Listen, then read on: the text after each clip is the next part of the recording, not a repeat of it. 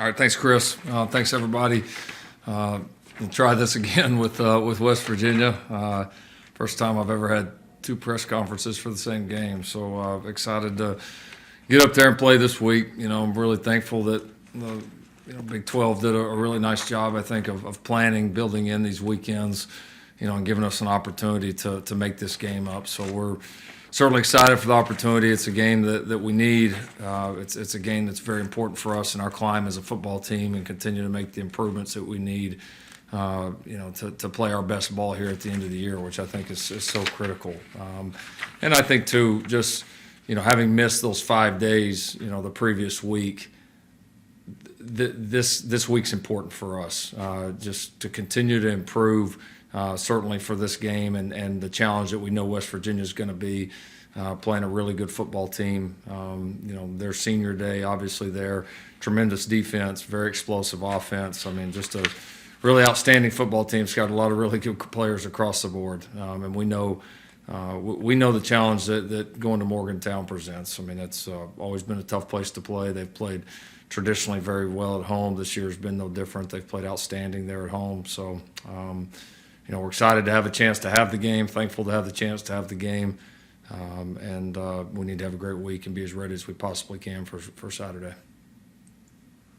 Okay, we'll go to questions. Because of another obligation, Coach has to be finished by about 12:25, so please limit yourself to one question so we can get to as many people as possible. We'll start with Eric Bailey, Tulsa World, and then go to Ryan Aber. Eric? Hey, Lincoln, do you get a feeling that the roster has really reset itself right now in terms of COVID-19 issues after these past 2 weeks? Is there a good chance you'll be in better shape down the stretch? I know we don't know, we can't predict everything, right, but do you better right now? Oh, I don't know what I'd say reset itself. And like you said, it's so day to day. One day you can be good and one day you can not be good. We certainly hope to be in a better position than we were the last couple of weeks.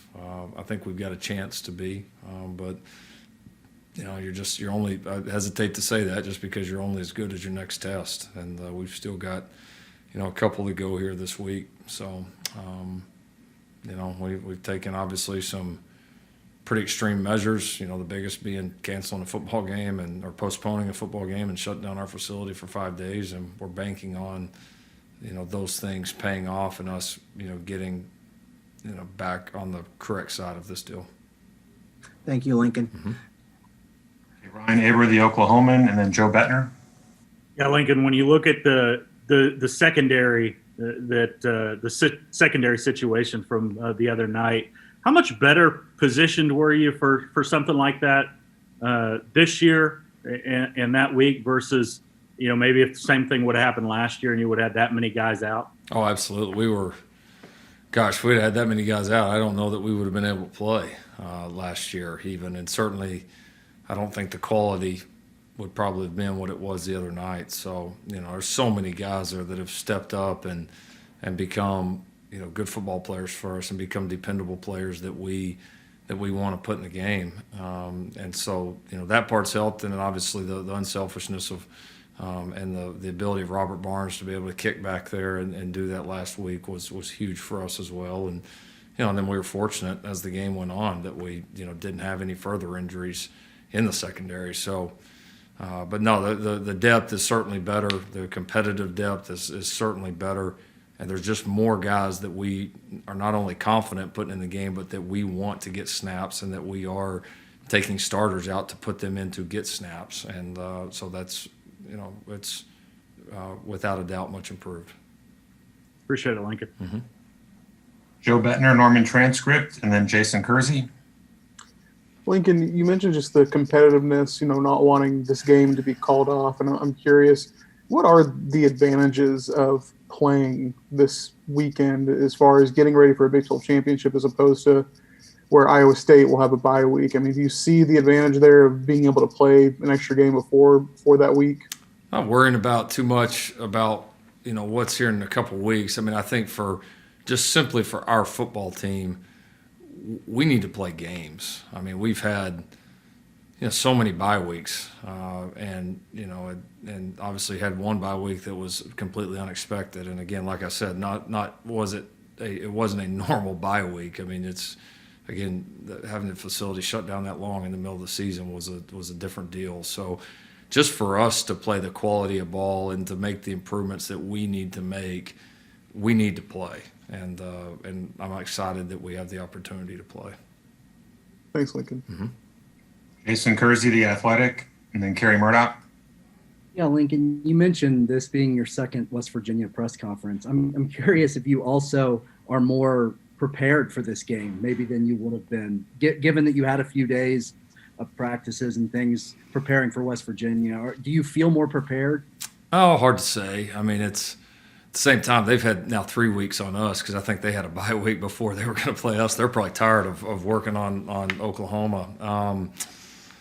Yeah, I mean, is it one of those deals where you can, you're not starting over at the week, certainly. They only played one game in between that. So, I mean, I do think some of the work that we did obviously helps, and then you study the game that they played. But no, having to work on them a little bit, it's certainly not like we were, starting over on a brand new team, this Monday. I think for players and coaches a little bit, I don't know. It's out. It's still busy as a normal week, but certainly doesn't feel quite as new. Kerry Murdoch, Sooner Scoop, and WWLS, and then John Hoover.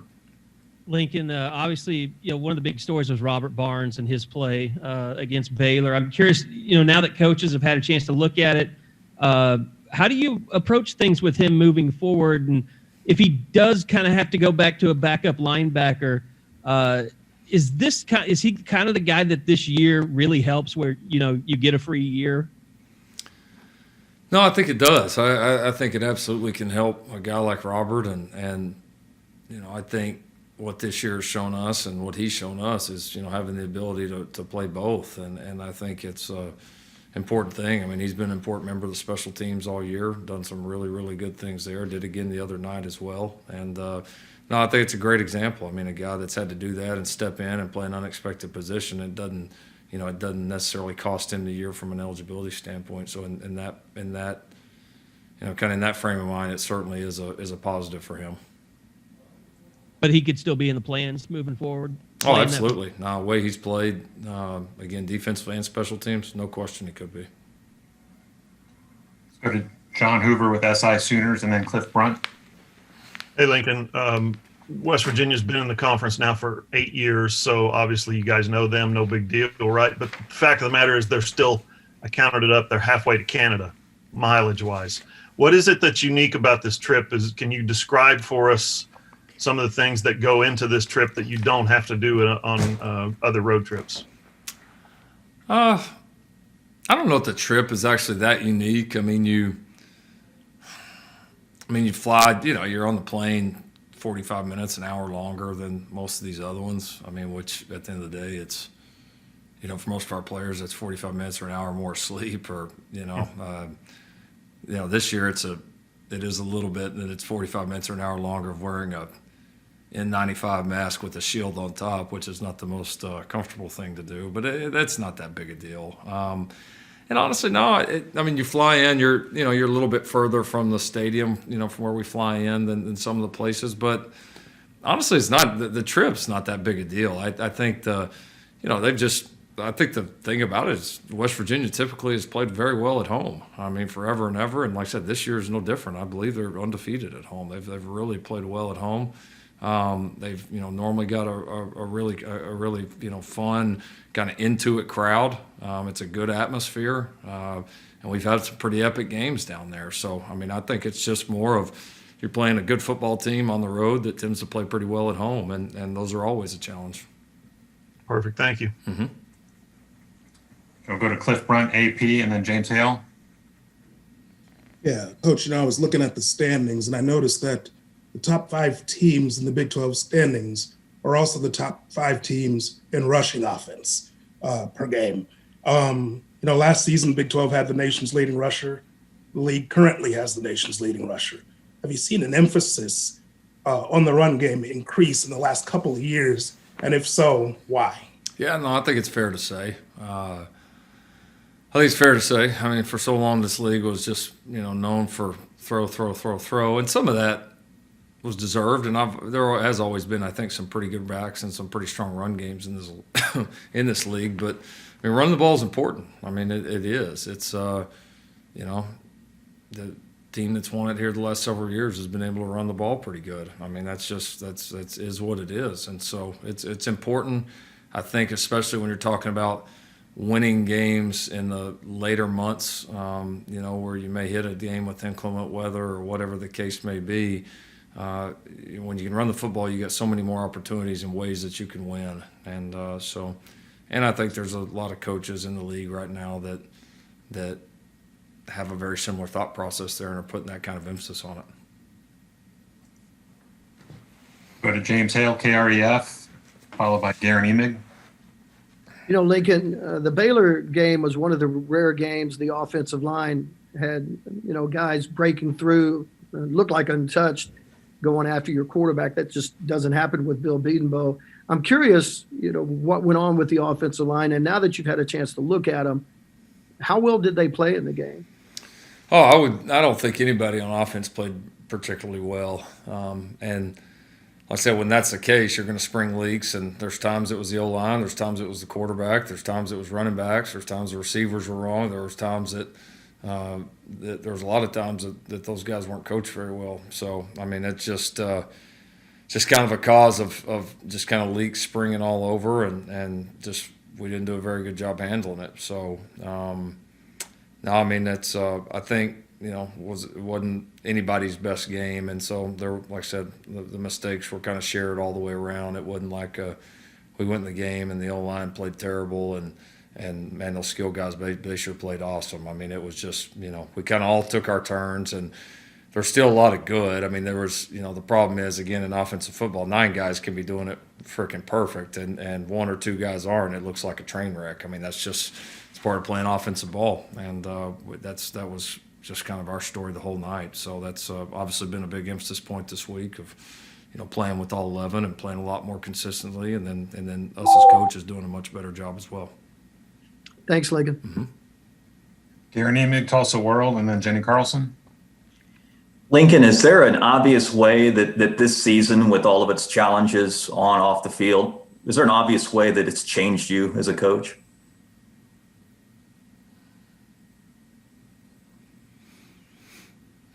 That's a good question. I'm sure it has. May not be something until I don't know, when I come back up for water or for air when this thing's over. Maybe a little bit hard to see until then, but I'm sure it has. I think it's challenged us all in different ways, and I think just continuing to kind of believe what's possible, things we've been able to overcome, things we've been able to do in a different way than ever before. I mean, again, to sit there and tell somebody in last January that you're not going to have spring ball, your players aren't going to be here for 3 months, you're going to recruit your entire recruiting class on a computer screen like we're doing right now. You're going to have to wear a mask everywhere. You're going to try to conduct a sport in a pandemic where our setup with college, community type living and young people in a contact sport with a lot of people in an organization is maybe one of the worst recipes that you could possibly have to contain this thing, and that we would still be able to do it all pretty successfully, kind of makes you realize what's possible, I think. And